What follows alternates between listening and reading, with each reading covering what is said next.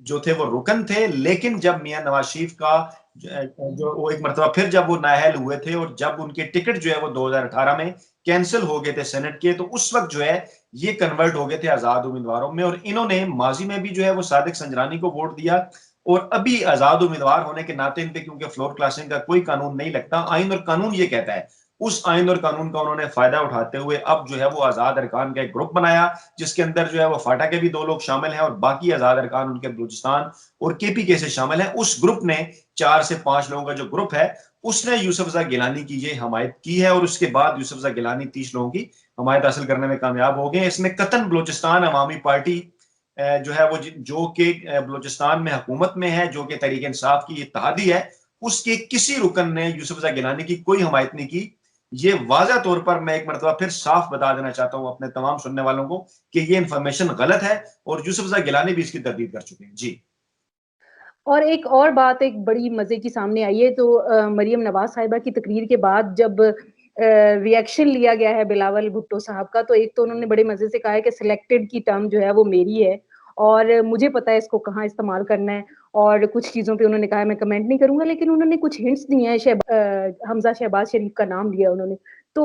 آپ کو کیا لگتا ہے کہ ان کو پتا ہے کہ رفٹس کہاں تک ہیں نون لیگ میں، اور کیا یہ کھلنے والی ہیں؟ پچھلے کچھ دنوں پہلے بھی ایک ویڈیو بھی لیک ہوئی تھی، اس کے بارے میں آپ کیا کہیں گے؟ جی بالکل، میں اپنی ذاتی معلومات کی بنا پر یہ کہہ رہا ہوں، اور ہمارے ملک کے سیاسی تجزیہ نگار بڑے عرصے سے یہ بات کر رہے ہیں کہ ایک واضح ڈیوائیڈ جو ہے وہ موجود ہے مسلم لیگ نواز کی صفوں کے اندر، اور 2 دھڑے ہیں۔ ایک دھڑا وہ ہے جو کہ مریم نواز صاحبہ کو آگے لے کے آنا چاہتا ہے، اور ان کا یہ خیال ہے کہ مریم نواز جو ہے وہ ٹھیک سیاست کر رہی ہیں۔ دوسرا جو دھڑا ہے وہ شہباز شریف کا حامی ہے، ان کا خیال تھا کہ انہیں ابھی جو ہے وہ مخاصمت کی سیاست کی بجائے مفاہمت کی سیاست جو ہے وہ کرنی چاہیے، اور چیزوں کو دیکھ بھال کے سن کے جو ہے وہ اداروں کے خلاف اس قسم کی زبان استعمال کیے بغیر جو ہے وہ سیاسی رستے بنانا چاہیے۔ حمزہ شہباز بھی ڈیفینیٹلی اسی گروپ کا حصہ ہیں، اور دونوں طرف سے کچھ سینئر ارکان بھی جو ہے وہ دونوں سائڈ پہ موجود ہیں۔ جیسے میری ذاتی معلومات کے مطابق خواجہ آصف بھی ہرگز وہ نہیں چاہتے مریم نواز نے جو لائن اختیار کی تھی، اور خواجہ آصف اس سے پہلے ٹی وی پروگرامز میں بات بھی کر چکے کہ وہ زرداری کے اوپر ٹرسٹ نہیں کرتے، اور ان کی بات وہ درست بھی ثابت ہوئی، لیکن مریم نواز نے مکمل طور پر آصف زرداری اور پیپلز پارٹی کی جھولی میں جو ہے وہ پارٹی کو ڈالا، جس کے اوپر شہباز شریف اور باقی لوگوں کو اعتراض تھا۔ اب اس سارے معاملے کا جو ہے وہ حمزہ اور مریم کے درمیان جو رفٹ ہے، اس سارے معاملے کا بلاول بھٹو کو بھی اندازہ ہے، آصف زرداری کو بھی اندازہ ہے، اور بڑے سمارٹلی انداز میں اپنے کارڈز کھیل رہے ہیں۔ اور آج بھی بلاول، آپ کو یاد ہوگا کہ جب بلاول رہا ہو کے آئے تھے جیل سے، اس وقت بھی بلاول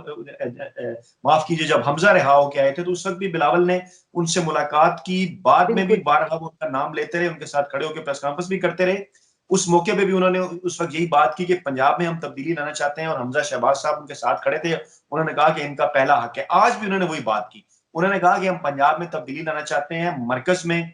اس طرح سے شاید ہمارے نمبرز پورے نہیں ہیں، لیکن پنجاب میں ہم آسانی سے تبدیلی لا سکتے ہیں، چودھری برادران سے بات کی جا سکتی ہے، ہم حمزہ شہباز کو آگے لانا چاہتے ہیں، حمزہ شہباز کا پہلا حق ہے پنجاب کی وزارت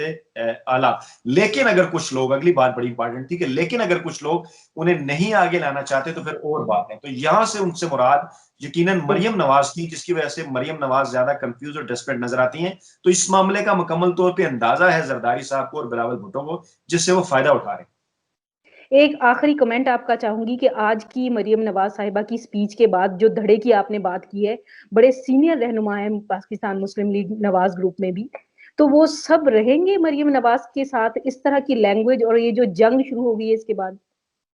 جی بالکل، دیکھیے ایک واضح جو ہے وہ دھڑے بندی تو نظر آ رہی ہے۔ فوری طور پہ تو یہ نہیں کہا جا سکتا کہ شاید وہ پارٹی چھوڑ دیں گے، لیکن بہرحال وہ آپشنز جو ہیں وہ مختلف دیکھ رہے ہیں، اور یقیناً جو ہے وہ جو ہے گزشتہ کچھ دنوں سے حمزہ شہباز اور شہباز شریف بھی جو ہے وہ نسبتاً زیادہ ایکٹیو جو ہے وہ اس معاملے سے نظر آ رہے ہیں۔ ان کی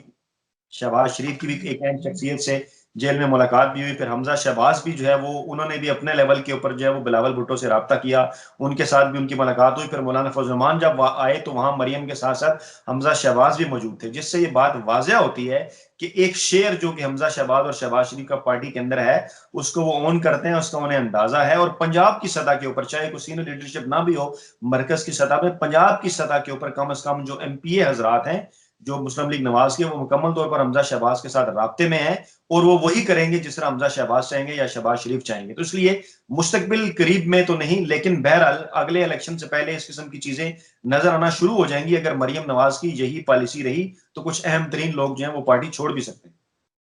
بہت شکریہ فیاض راجہ صاحب آپ کے ٹائم دینے کا. گلوبل انسائٹ سے فی الحال اتنا ہی. نیکسٹ ٹائم تک کے لیے